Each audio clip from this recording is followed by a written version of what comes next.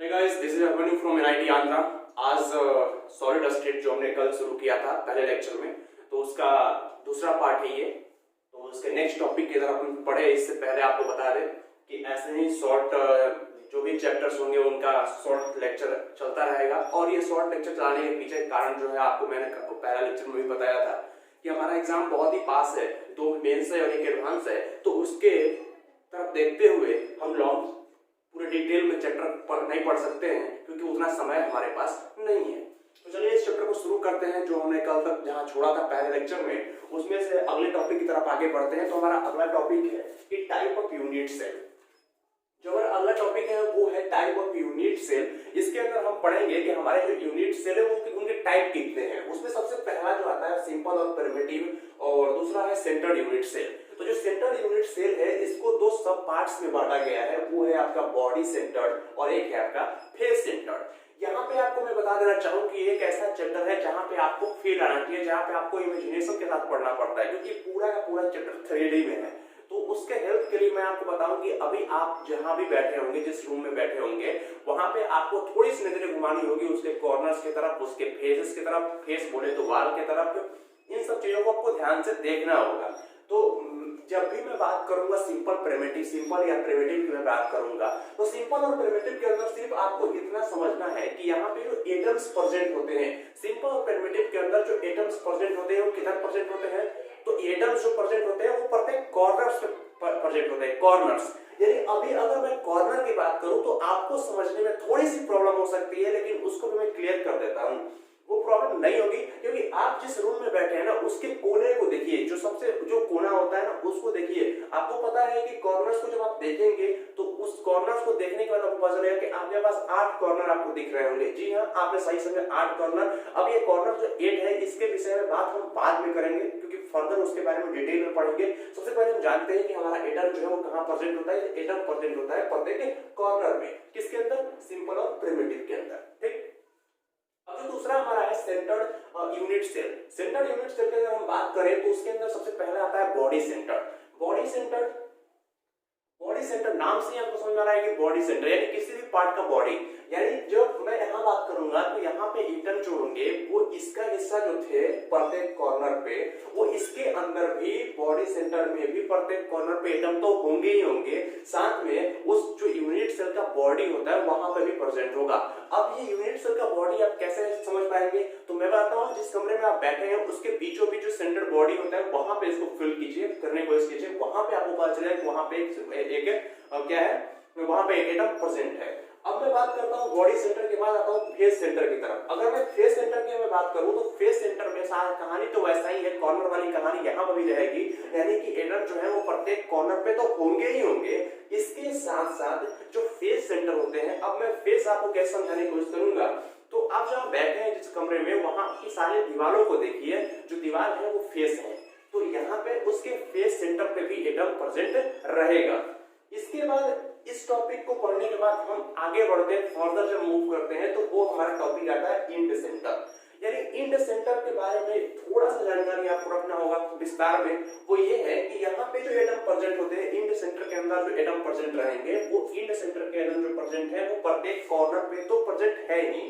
Corner वाला concept ऊपर से चलते आ रहा है, यानी स्टार्टिंग में हमने जो कॉर्नर वाला कंसेप्ट पढ़ा वो यहाँ तक भी है, लेकिन इसके अंदर जो एक खास बात ये है कि इस चीज को समझना, only the state of opposite face center। opposite face center का मतलब ये हो गया कि अगर मैं आपको एक सिंपल भाषा में बताने की कोशिश करूं, आपका जो छत है कमरे का और जो छत है और नीचे जो फर्श है, ये आपका क्या हो गया, ऑपोजिट हो गया, और ये दोनों का सेट है ऑपोजिट सेट। तो इसके सेंटर में, इसको ऑपोजिट फेस सेंटर में बोल रहा है। साथ साथ इस बात को आप समझिए कि only the set of opposite face center, यानी only the set of opposite face center का मतलब हुआ कि अगर हम आपको समझाने की कोशिश करें, क्योंकि 3D में आपको यहाँ पे समझना होगा, विजुलाइज करना होगा सब कुछ, तो आपका छत और फर्श ये क्या हुआ, सेट हुआ किसका, अपोजिट फेस का, तो इसके सेंटर पे वो एटम प्रेजेंट होगा।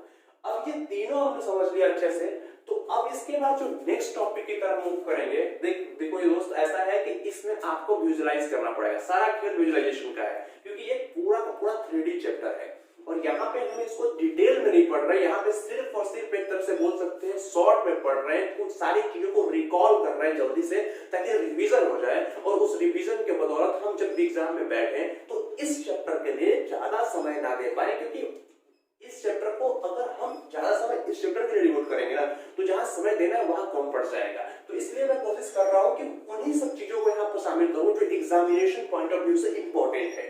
तो आते हैं अपने नेक्स्ट टॉपिक की तरफ, और नेक्स्ट टॉपिक हमारा है type of crystal system. Very very important topic, that is the type of crystal system. Type of crystal system के अंदर जब भी हम पढ़ाई करते हैं तो टाइप ऑफ क्रिस्टल सिस्टम में एक चीज समझने को मिलता है, वो ये है कि ये टाइप ऑफ क्रिस्टल सिस्टम, जो क्रिस्टल सिस्टम के टाइप्स है वो टोटल 7 है। 1 2 3 4 5 6 7 टाइप ऑफ क्रिस्टल सिस्टम की अगर हम बात करें उसमें सबसे पहला आता है क्यूबिक।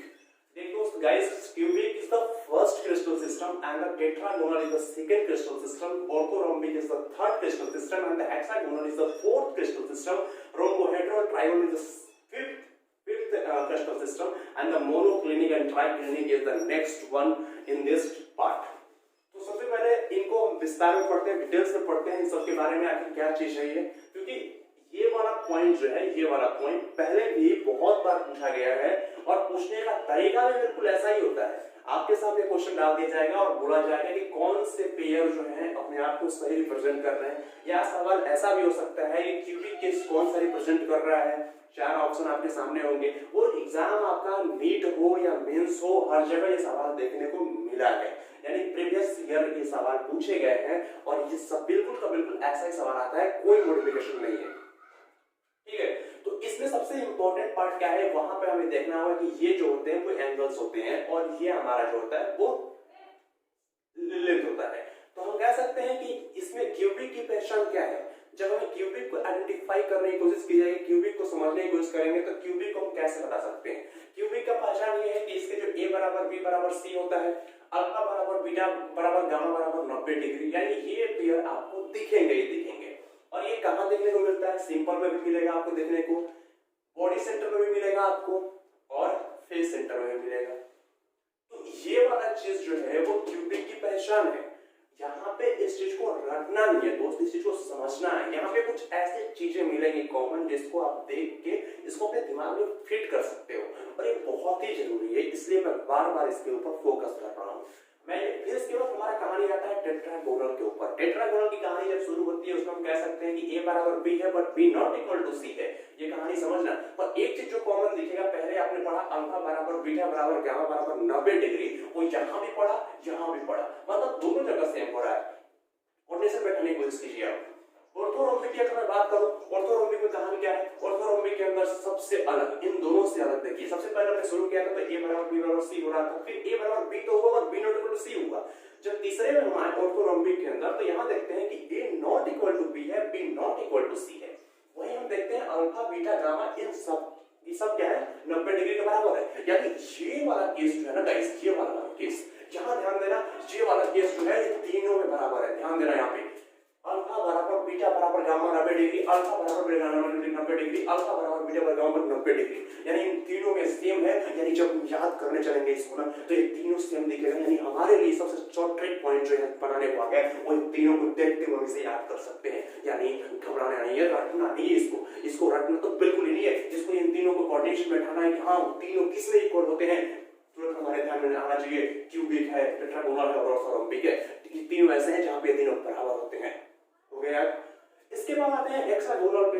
हेक्सागोनल, हाँ, अब यहाँ पे किस किस को राइज करता है आपको देखना होगा, body centre, face centre, end centre, orthorhombic. अब आते हैं हेक्सागोनल में।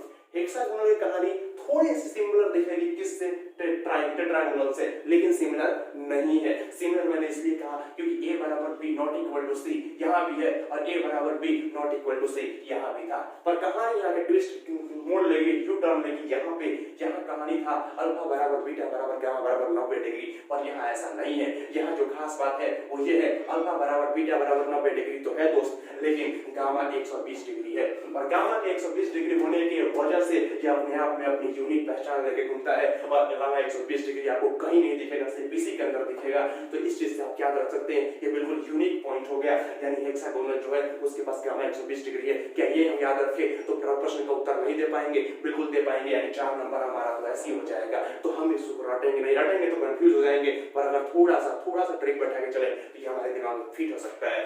तो गामा यहाँ पर 120 डिग्री है, ये प्रिमिटिव में देखने को तो मिलेगा ही मिलेगा। इसके बाद हम बात करते हैं रोम्बोहेड्रल की और ट्राइगोनल की। रोम्बोहेड्रल ट्राइगोनल यानी रोम्बोहेड्रल बोले ट्राइगोनल बोले, इसके अंदर अगर देखा जाए तो a बराबर b बराबर c है, यानी बिल्कुल क्यूबिक की तरह ये भी है, लेकिन वैसा बिल्कुल नहीं है, क्योंकि सिर्फ इसके बेस पे आप ऐसा सोचने की कोशिश मत करना, ये कंफ्यूज करने के लिए आपको हो सकता है, पर याद करने के लिए बिल्कुल नहीं। तो यहाँ पे मैंने कहा कि a बराबर b बराबर c है और अल्फा बीटा गामा आपस में बराबर है, याद रखना दोस्त, आपस में बराबर है। अल्फा बराबर बीटा बराबर गामा ये आपस में बराबर है, पर 90 डिग्री के बराबर नहीं है, यानी 90 डिग्री के बिल्कुल बराबर नहीं है। ध्यान देने वाली बात ये है कि अगर ये 90 डिग्री के बराबर नहीं है तो ये अपने आप में भी तो यूनिक हो गया ना। तो यहाँ पे ये प्रिमिटिव इसके अंदर किस एनालाइज करता है, प्रिमिटिव के अंदर एनालाइज करता है, याद रखना। अब यहाँ जो हम इसके बाद रोम्बोहेड्रल और ट्राइगोनल के बाद जो पढ़ने जा रहे हैं उसका नाम है मोनोक्लिनिक और ट्राइक्लिनिक। ये एक ऐसा दोनों पार्ट है जो बार बार एग्जाम के अंदर पूछा गया है, और इस मोनोक्लिनिक से ज्यादा तो ट्राइक्लिनिक, क्योंकि सबसे ज्यादा अनसिमेट्रिक होता है। क्योंकि बात करेंगे इसके ऊपर, सबसे पहले हम मोनोक्लिनिक के ऊपर बात कर लेते हैं। मोनोक्लिनिक की जब हम बात करते हैं तो यहाँ हमें दिखाई देता है कि a बराबर a not equal to b, b not equal to c, यानी ये a not equal to b है, b not equal to c है। ये फिर आउट आप यहाँ देखेंगे इस बात को कि अल्फा बराबर गामा बराबर 90 डिग्री तो है, पर बीटा 90 डिग्री के बराबर नहीं है। सबसे इंपॉर्टेंट पॉइंट गाइस कि अल्फा बराबर गामा बराबर 90 है, लेकिन बीटा 90 के बराबर नहीं है। तो हर प्रॉपर्टी अपने साथ एक यूनिक कैरेक्टर लेके चल रहा है, लेकिन मैंने आपको पहले भी कहा कि अगर इसको याद करना है तो एक दूसरे से कोऑर्डिनेशन बैठाना होगा, और वो कोऑर्डिनेशन तभी बैठा सकते हैं जब इसके अंदर वो चीजें को खोजने की कोशिश करेंगे, सर्च करने की कोशिश करेंगे जो कहाँ पे चेंज जा रहा है, कहाँ पे सिमिलरिटीज दिख रही है, उस हिसाब से इस चीज को अपने माइंड में हम लेके चल सकते हैं। तो उतना भी मुश्किल ये नहीं है। तो यहाँ पे हमने देखा कि बीटा 90 डिग्री के बराबर नहीं है। अगर हम ट्राइक्लिनिक की तरफ चलते हैं, ट्राइक्लिनिक ये बहुत बार पूछा गया है दोस्त, बहुत बार पूछा गया है। मैं ऐसा नहीं बोल रहा हूँ, प्रीवियस ईयर में आप जाके देखना ये सवाल ट्राइक्लिनिक वाला पूछा ही गया है, ठीक है। तो अब मैं अगर बात करूँ ट्राइक्लिनिक के अंदर, तो ये सबसे खास बात ये है कि इसे आप आराम से याद कर सकते हैं, क्योंकि सबसे ज्यादा अनसिमेट्रिक यही होता है। अनसिमेट्रिक इसलिए होता है क्योंकि इसमें कुछ भी बराबर नहीं है, कुछ भी इक्वल नहीं है, सब कुछ अनइक्वल है एक दूसरे से। अगर वहीं कहीं मैं बात करूं a बराबर b बराबर नॉट, तो ये सब जगह नॉट इक्वल टू ही आपको दिखेगा, यानी a not equal to b, b not equal to c। वहीं अगर अल्फा बीटा गामा की चर्चा करूं तो alpha not equal to beta, ये आपस में ही बराबर नहीं है, beta not equal to gamma यानी alpha not equal to gamma, और ये सभी 90 के बराबर भी नहीं है, 90 के बराबर भी नहीं है। एक जगह केस आया था जब ये तीनों आपस में तो बराबर थे पर 90 के बराबर नहीं थे, लेकिन यहाँ केस ऐसा है कि आपस में भी बराबर नहीं है और 90 के बराबर भी नहीं है। तो दोस्त ये बहुत ही, इसमें क्या है, थोड़ा सा अगर पेशेंस रखें, थोड़ा सा अगर कोऑर्डिनेशन बैठा के चले, थोड़ा सा इसके अंदर ट्रिक्स अप्लाई करें तो ये कंप्लीट हो जाता है, ये याद हो जाता है, दिमाग के अंदर फिट हो जाता है। तो ज्यादा टेंशन की बात नहीं है यहाँ पे, क्योंकि मैंने पहले भी कहा दोस्त कि ये चैप्टर बहुत ही आसान है। ये चैप्टर के अंदर याद करने वाली चीजें बहुत ज्यादा है, चैप्टर के अंदर समझने वाली चीजें बहुत ज्यादा है। इसमें ऐसा कुछ नहीं है जो हमें ना आए, और इसकी वजह से अगर हमारा सवाल गलत हो जाए या सवाल छूट जाए तो फिर बहुत अफसोस होगा दोस्त, क्योंकि 4 नंबर बहुत बड़ा मायने रखता है, बहुत बड़े रैंक को रैंक में डिफरेंस लाता है। तो क्यों ना अगर यहाँ से क्वेश्चन आए तो उस क्वेश्चन को कर दिया जाए। तो आगे बढ़ते हैं दोस्त, हमारा अगला टॉपिक है रिलेशन बिटवीन, अगला टॉपिक यहाँ हम बात कर रहे हैं दोस्त कि relation between edge length of unit cell and atomic radius, यानी एटॉमिक रेडियस और जो एज यूनिट सेल का एज लेंथ है, एटॉमिक रेडियस और एज यूनिट सेल का एज लेंथ, इसके बीच जो रिलेशन है हम अब उसकी बात करेंगे। उसमें सबसे पहला जो आता है हमारा वो ये है सिंपल क्यूबिक। सिंपल क्यूबिक का नाम आप पहले भी सुन चुके हैं। सिंपल क्यूबिक की बात करें तो सिंपल क्यूबिक के अंदर अब जो a बराबर 2r की मैं बात करूंगा, अब मैं आपको बताने की कोशिश करूंगा कि a क्या है और r क्या है। यहाँ पे जो a है वो आपका यूनिट सेल का एज लेंथ है, जो a है वो यूनिट सेल का एज लेंथ है, और जो r है आपका वो एटॉमिक रेडियस है। तो मैं बोल सकता हूं कि जब हम रिलेशनशिप की बात कर रहे हैं, रिलेशन बिटवीन की बात कर रहे हैं, एज लेंथ और एटॉमिक रेडियस के बारे में, तो यहाँ पे a बराबर 2r हो जा रहा है, यानी a हो गया आपका एज लेंथ यूनिट सेल का और r हो गया आपका एटॉमिक रेडियस। तो इन दोनों के बीच का जो रिलेशन है वो a बराबर 2r है। इसके बाद अगर बॉडी सेंटर क्यूबिक की बात करूं दोस्त, बॉडी सेंटर क्यूबिक की बात करूं तो बॉडी सेंटर क्यूबिक √3a बराबर 4r हो जाता है, √3a बराबर 4r हो रहा है। तो यहाँ पे समझने वाली बात ये है कि √3a बराबर 4r, यानी a जो है, अब पहले भी बताया मैंने, यूनिट सेल का लेंथ है और r एटॉमिक रेडियस है, तो इस दोनों का बीच का जो रिलेशन है वो √3a बराबर 4r है। इसके बाद जो फेस सेंटर क्यूबिक की मैं बात करूं, एफसीसी की बात करता हूं। ये चूंकि बीसीसी और एफसीसी लिखने का क्या मतलब था, ऐसा नहीं था कि मैं ये लिख के इसको याद इसलिए लिख रहा हूं क्योंकि क्वेश्चन में आपको बीसीसी देखने को बहुत मिल सकता है, एफसीसी देखने को मिल सकता है, तो वहां पे आपको समझना होगा कि बीसीसी का मतलब होता है बॉडी सेंटर क्यूबिक और एफसीसी का मतलब होता है फेस सेंटर क्यूबिक। तो यहाँ पे जो आपका एफसीसी है वो एफसीसी कितना है, √2a बराबर 4r है। ठीक है, यहाँ पे नोट है, अब मैं आपको बताना चाहूंगा कि nearest neighbour distance in any arrangement, किसी भी अरेंजमेंट के अंदर जो नियरेस्ट नेबर डिस्टेंस होता है, नेबर मतलब हो गया पड़ोसी, आपको पता होगा, तो एक एटम से दूसरे एटम एक दूसरे के पड़ोसी हो सकते हैं। तो इसने कहा है किसी भी अरेंजमेंट में जो नियरेस्ट नेबर डिस्टेंस होता है वो नियरेस्ट नेबर डिस्टेंस कितना होता है, 2r होता है दोस्त, 2r। तो नियरेस्ट नेबर डिस्टेंस कितना होता है, 2r होता है। आगे बढ़ते हैं दोस्त, इसलिए आगे बढ़ते हैं। अगला टॉपिक हमारा आता है कि आपका पोजीशन इन क्यूब आ जाएगा। पोजीशन इन क्यूब की हम बात करेंगे, नंबर ऑफ पोजीशंस की बात करेंगे, इसके बाद फ्रैक्शन ऑफ एटम की बात करेंगे। तो जो हमारा जो पोजीशन इन क्यूब है, नंबर ऑफ पोजीशन है, फ्रैक्शन ऑफ एटम है, तो इसमें सबसे खास बात क्या है वो हमें समझने योग्य है कि सबसे पहले हम बीसी की बात कर लेते हैं, बीसी यानी कि बॉडी सेंटर की बात कर लेते हैं, फिर हम बात करते हैं फेस सेंटर की बात कर लेते हैं, फिर एंड सेंटर की बात करेंगे और फिर जो लास्ट है हमारा वो कॉर्नर की बात कर लेंगे। ठीक है, तो सबसे पहले जो हमारा बॉडी सेंटर है वो आपको पता है कि एटम जो हमारा क्यूबिक सेल है, जो हम बोल सकते हैं कि जो आप कमरे में बैठे होंगे उसका तो एक ही बॉडी होगा ना, बीचों बीच जो बॉडी होता है वो एक ही होगा, तो मतलब उसका जो नंबर ऑफ पोजीशन है वो 1 है, लेकिन नंबर ऑफ पोजीशन 1 है तो उसका फ्रैक्शन ऑफ एटम कितना होगा दोस्त, फ्रैक्शन ऑफ एटम भी 1 ही होगा। अब चूंकि ये 3D है, इसको मैं 3D विजुअलाइज करा सकता हूं, दिखा नहीं सकता दोस्त, तो यहाँ पे जो आपका नंबर ऑफ पोजीशन है 1 है, फ्रैक्शन ऑफ एटम भी 1 है। तो याद रखना कि बीसी के अंदर आपका जो पोजीशन इन क्यूब था, पोजीशन इन क्यूब, एक कमरे को आप क्यूब मान के चलिए, तो उसके अंदर जो बॉडी सेंटर है उसको विजुअलाइज करने की कोशिश कीजिए। अगर मैं बॉडी सेंटर की बात करूं तो नंबर ऑफ पोजीशन उसका 1 है, तो उसका फ्रैक्शन ऑफ एटम भी तो 1 है दोस्त। इसके बाद मैं बात करता हूं फेस सेंटर की। अगर मैं फेस सेंटर की बात करूं, फेस बोले तो आपके दीवार की जो सेंटर है, फेस दीवार मान के चलो, तो दीवार की जो सेंटर है वो फेस कितने होते हैं टोटल, ट्यूब के अंदर टोटल फेस 6 होते हैं। अगर आपको नहीं समझ में आ रहा है मैं आपको बताता हूँ, आपके आजू बाजू टोटल कितने दीवार हैं, 4 हैं, एक फर्श हो गया और एक ये छत हो गया, वो कितने हुए मिला के 2, टोटल कितने हो गए 6। तो अगर फेस आपका 6 हो गया तो उसका फ्रैक्शन ऑफ एटम कितना हो गया, उसका फ्रैक्शन ऑफ एटम हाफ हो गया। कैसे हाफ हुआ, सपोज मान के चलता हूँ आपको छत, एक एटम जो है आप क्या कर रहे हो अपनी छत में फिट कर रहे हो, उसका आधा हिस्सा नीचे दिखेगा आपको और आधा हिस्सा ऊपर दिखेगा, तो उसका कितना फ्रैक्शन ऑफ एटम हो गया, हाफ उसका फ्रैक्शन ऑफ एटम हो गया। इसके बाद मैं बात करता हूँ इंड सेंटर की, ध्यान देना दोस्त, इंड सेंटर की मैं बात करता हूँ। इंड सेंटर जो है आपका, ये जो आपका फेस सेंटर था ये इंड सेंटर था, लेकिन यहाँ पे बात आएगी पोजीशन की, वहां बात आएगी एज की बात आएगी।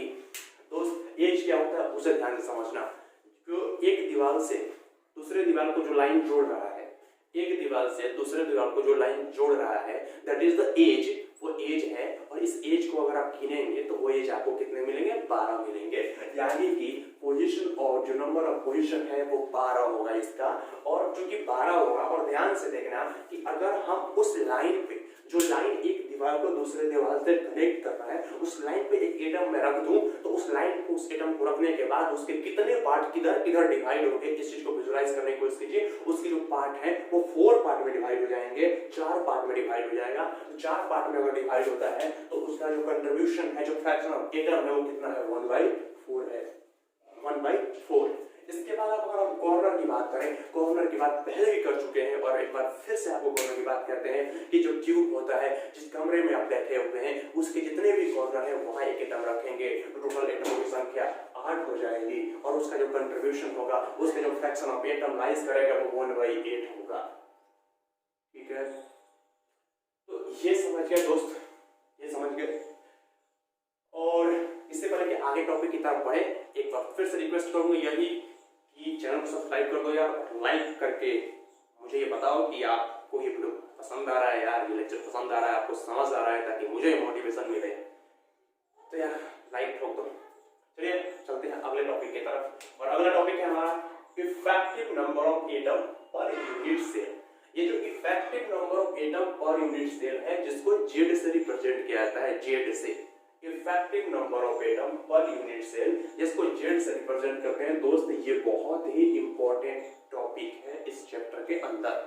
क्योंकि इस लाइन को मैंने इतने स्लो क्यों बोला, उसके पीछे रीजन ये है क्योंकि ये बहुत इंपॉर्टेंट है, ताकि आप तक वो बात पहुंचे, ऐसी बार ना हो जाए।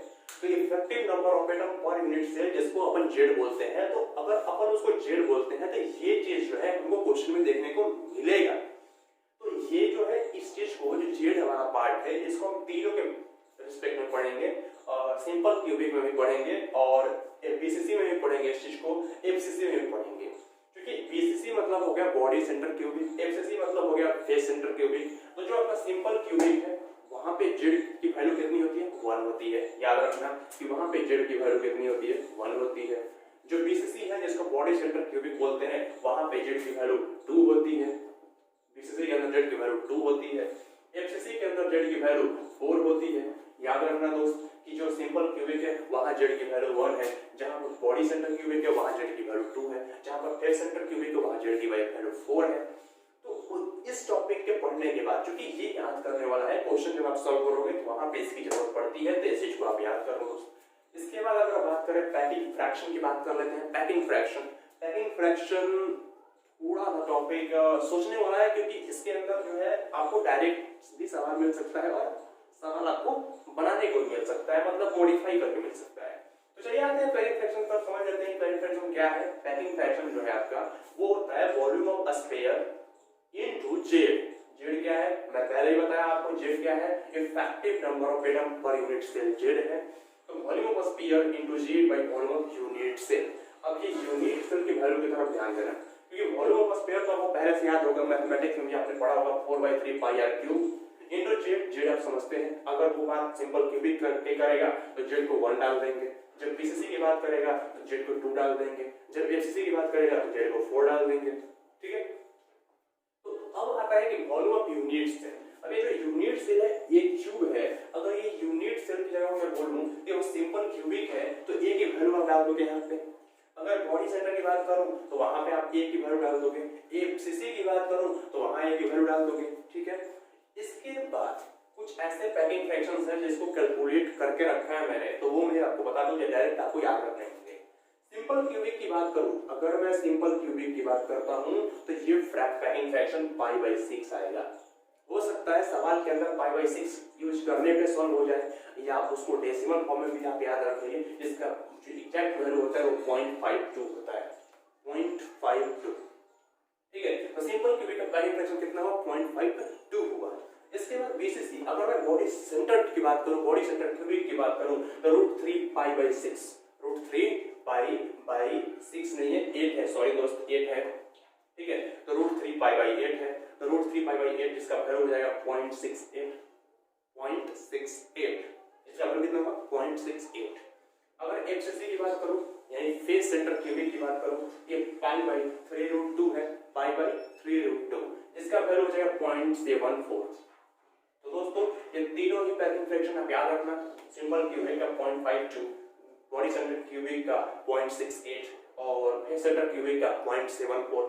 इसके बाद एक लास्ट टॉपिक है यार, उसको समझ लेते हैं, टॉपिक नहीं है, एक हेडिंग समझ लो, डेंसिटी कैसे निकालते हैं। इस चैप्टर में सवाल में डेंसिटी निकालने के लिए आपसे पूछा जाएगा।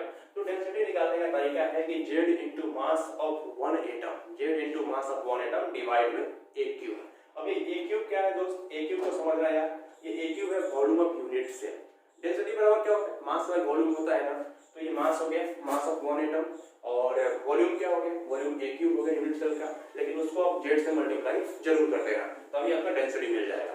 तो ठीक है दोस्त, बेस्ट ऑफ लक, आप तैयारी अपनी करते रहिए, फिर मिलूंगा अगले टॉपिक के साथ इसी चैप्टर का। और एक बात यार कि मैं इसको ज्यादा नहीं लेके चल रहा हूँ, क्योंकि मैं सोच रहा हूँ कि आपको उतना कवर कराऊं जो जितना आपको रिकॉल हो सके। करने को तो मैं पूरा चैप्टर खत्म कर सकता हूँ, पर ये तो मतलब नहीं रह जाएगा ना। मेरा मकसद है आपको रिकॉल कराना, उसको रिवाइज करना, आपके दिमाग में फिर से उसको लाना, ना कि इस चैप्टर को खत्म करना, क्योंकि चैप्टर तो ऑलरेडी आपने कई बार खत्म कर चुके होंगे ना। तो मैं इस चैप्टर को खत्म नहीं करना चाहता, मैं आपको याद दिलाना चाहता हूँ, क्योंकि आपको याद हो जाए, जैसे रिवीजन होता है ना डे बाय डे, उस तरह से मेरा टारगेट है कि आपको डे बाय डे रिवाइज कराना। इसलिए मैं इतना पार्ट लेके चल रहा हूँ। अगर आपको पूरा पार्ट एक साथ चाहिए तो आप हमें कमेंट बॉक्स में बताएं, हम वैसे भी करेंगे, क्योंकि आपकी डिमांड ही हमारी प्रायोरिटी है। तो ठीक है, ऑल द बेस्ट।